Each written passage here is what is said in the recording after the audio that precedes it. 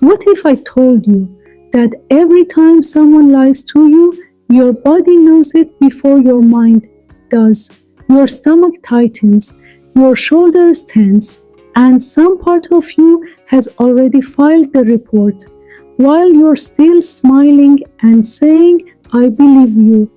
This isn't a superpower, it's a neurological condition. They call people like this highly perceptive. But let's kill the word psychic right now. This is neuroscience. Three mechanisms running in the background like software you never asked for. First, thin slicing. Your brain processes millions of data points in under 2 seconds. You don't think something is off. You know. Second, incongruence detection. While everyone else listens to the words, you're watching the hands, the blink rate, the micro pause before the answer. Because the body is always telling the truth, even when the mouth isn't. And third, micro expressions. Facial movements so fast. Most people never notice them. Jealousy, fear, disgust, emotions masked so quickly, even the person feeling them may not realize they showed them. But you saw it. And here's the problem. You can't unsee it. Most people think this is a gift. Let me show you why it often feels like a prison. 3 traps, and I need you to ask yourself, which one owns you right now? Trap number 1, the accidental villain. Society runs on polite lies. Love the haircut. So happy for you. We should do lunch. These are social lubricants. Oil in the engine. But you notice the tension behind the smile. You hear what wasn't said, and the moment you speak the truth, suddenly you're the problem. Judgmental, cold, arrogant. They don't hate you because you're wrong. They hate you because you saw. Trap number 2, the detective trap. You stop trusting words.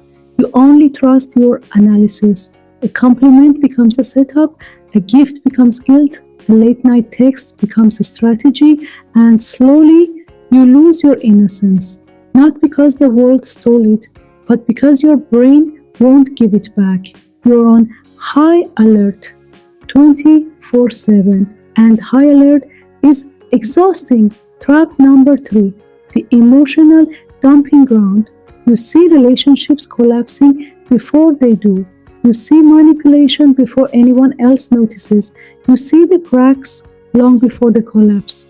But you stay quiet because who would believe you?